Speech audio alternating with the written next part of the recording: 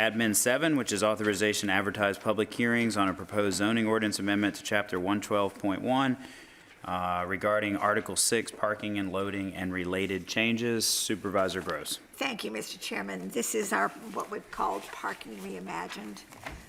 It's created a good deal of consternation in Mason District, especially in the Annandale area, because Annandale is a revitalization area, but there are some recommendations here that my constituents don't feel are appropriate for the revitalization area, and I don't necessarily disagree. But my question is that it's been brought to my attention, I think I understand what the issue is, but it's been brought to my attention that the information provided to the public prior to November of 2022 did not include the recommendations that we have now. And so would staff please give us an overview of the public outreach meetings that were held and why there now are different recommendations than were presented to the community previously? Thank you. Thank you, William Mayland, Department of Planning and Development. In July of last year, we presented to the community the rate tables. So all the rates were provided with ranges and explanations about why we chose the rates we did for input. In November, we released the entirety of the draft, and that was presented to both Land Use Committee, Planning Commission and Board of Land Use Committees, and was made available to the community. We then did public outreach on that with open houses to explain the changes. With input from the community as well as staff, we provided an update of that in February to the draft language and highlighted the changes that we were making and proposing, and again presented that back to the Planning Commission and Board.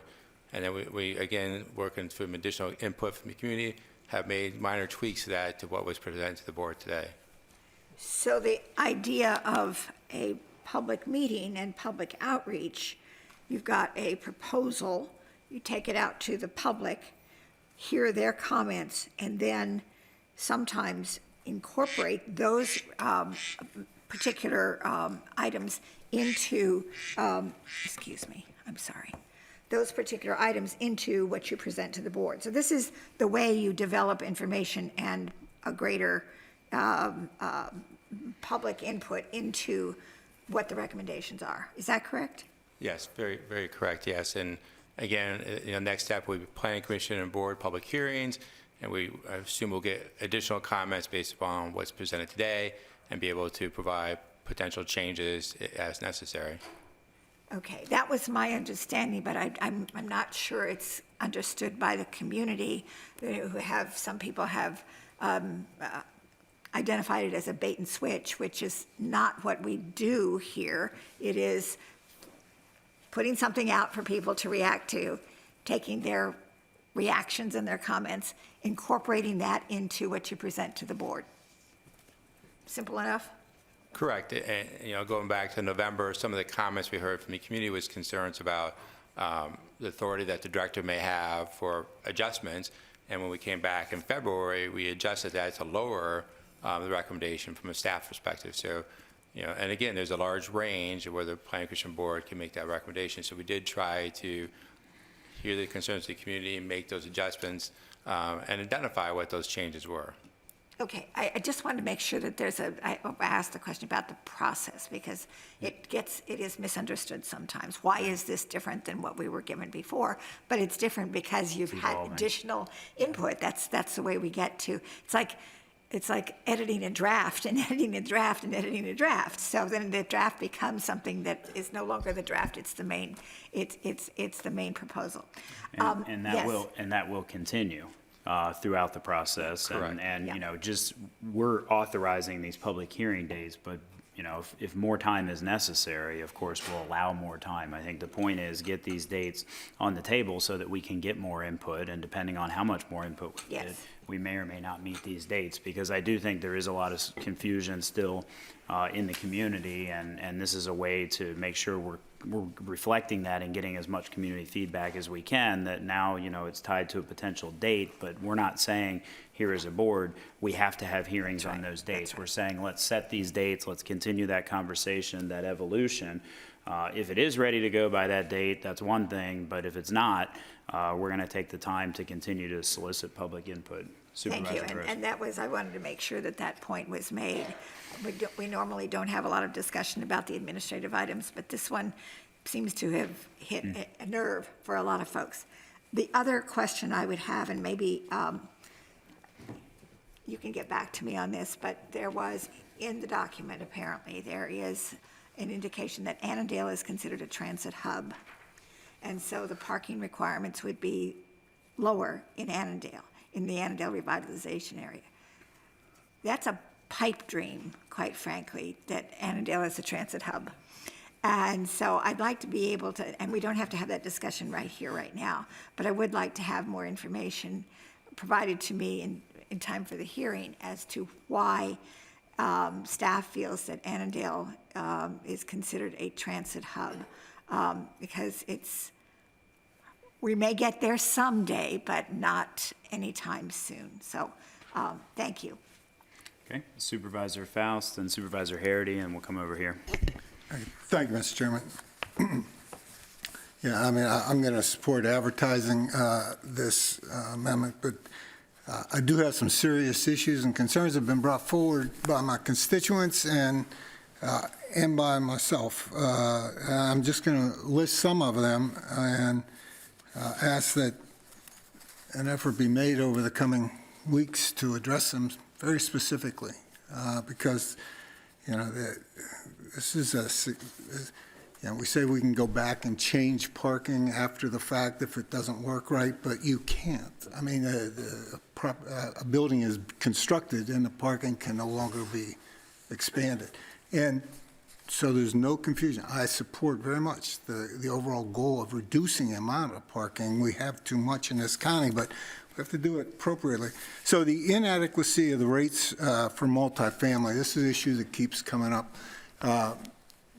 Perhaps they're adequate. I mean, they seem like dramatic changes, but what are they based on? Show us, you know, statistically where they have worked, you know, other than just, you know, putting them forward. The authority of the director, it's dramatically increased even after we dramatically reduced the number of required parking spaces. And the public deserves a voice in these decisions.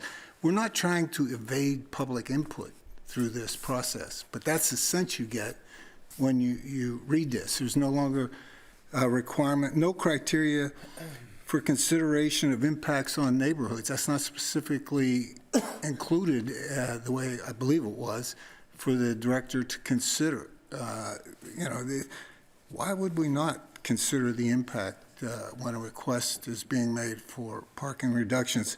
You know, I'm hearing about loading areas. I don't fully understand the issue, but, you know, the concern is in particular the impact on handicap parking. If we eliminate or dramatically reduce loading area requirements. There's no avenue for the public to address the director. If we're going to turn over up to 60%, I think is the number you're proposing for reductions, there's no opportunity to speak to the director by the public. And finally, this is my issue. You know, like I absolutely believe we're heading in the right direction. There's too much parking. We have to get people out of their cars. But it's a dramatic benefit to developers. And I'm fine with that. But we need to make our parking areas that we end up with after this is implemented, we need to make them more pedestrian friendly. I mean, we can't, you know, we can't ignore the fact that there's a dramatic savings being approved here, but we're not asking anything in return in terms of, you know, the greening of the parking areas that are required, the pedestrian facilities through the parking areas that, you know, that can make them more pedestrian friendly. You know, we're assuming that we can reduce parking because we're creating a pedestrian friendly community. Okay, let's do that. Let's focus on how we do that. And you can do it with parking. So those are just some of the issues that are coming before me, and, you know, I don't want to be overly negative because in essence, I think you're on the right track and I support what you're doing, but we've got to make sure that we do it right. Okay. Thank you, Mr. Chairman. Supervisor Faust. Supervisor Harity. Yeah, I'll try to keep my comment short. In terms of the savings that's created here, hopefully that would end up in more affordable housing being able to be created. So I'm not as concerned that we spend the savings we generate from this as I am with making sure we get parking right. You ask anybody in a townhome community that was built in the 70s, that's where we made a big mistake, and we're still living with it. We all live with it every day. Yep. And then we go in and improve the street and take away the street parking. It's a nightmare. So it is critical that we get it right. I've heard a lot. I'm going to support advertisement, but I'm hoping that after that advertisement, we listen to our constituents and do what we did with the fire code and the bamboo, take the time to make the final tweaks to get it right. But I think we've got, we really still have some work to do here on making sure we got it right. And it's important because it is kind of forever for anything that's built under this. Supervisor Alcorn. Thank you very much, Mr. Chairman. To follow up on Supervisor Gross's comments about how this applies in various revitalization areas, I think one of the things I believe the Planning Commission or a planning commissioner asked for was a chart that shows sort of the differences between what the existing requirements are and what the new requirements would be in revitalization areas, TSAs, TODs. I think that would be really helpful if that doesn't already exist. Mr. Malin, does that already exist? I don't think I've seen that yet. We do have a comparative document between the current provisions and the proposed from a rate standpoint, going on the base. Once you start going into revitalization areas, it gets a little more complex. So we'd have to look at making that type of a comparison. But See what you can Right. do. I think this could be really helpful in terms of the public engagement and dialogue on this. The other thing, just as an FYI, I've heard from constituents about this as well. I'm in the process of gathering input. I know there's some communities in Hunter Mill that have parking issues, and not just the ones from the 1970s. You know, there are more recent multifamily developments in Hunter Mill. Some of them seem to be parked fine. Some of them seem to be short. So what I'm doing, and I'd recommend other supervisors, if they're so inclined to do, is gathering information on where there are parking problems, and then looking backwards and saying, well, how were they parked? You know, under what conditions? What were some assumptions that went with that? Some of this is going to be hard to maybe dig up, but frankly, I think it's up to us as supervisors to make sure. I mean, we know our districts, and Supervisor Faust is right. I mean, just eyeballing a lot of our developments, we have a lot of surplus extra parking in some parts of the county that is not being used, is never used. But then comparing that with where we do have parking shortages, I think is going to be useful in the public dialogue. And the last thing I'd say, and this is probably in parallel with this effort, the fact that we do have excess unused parking in some parts of the county, in some areas like Tyson's, you know, I think underscores the fact we need to figure out a way to unlock some of that existing unused parking that's privately owned, generally subject to rezoning requirements from historic days, but yet is an unused resource.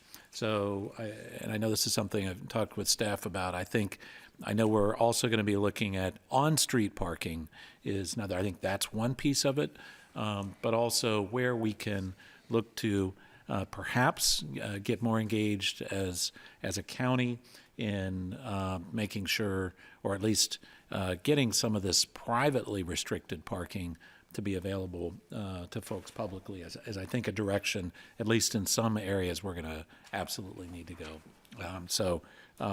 Appreciate the comments, and I appreciate all the staff work to help flush this out and come up with a good result. So thank you, Mr. Chairman. Thank you. Any other discussion? Seeing and hearing none, Supervisor Palchik. I don't want to add too much to the discussion. I know we'll be moving forward, and I really, again, want to thank staff. We're a large county, and there are a lot of different areas, and we have overparked areas, we have underparked areas, we have a whole variety. So I think this is absolutely moving in the right direction, and looking forward to the feedback. I don't think I heard a comment on this.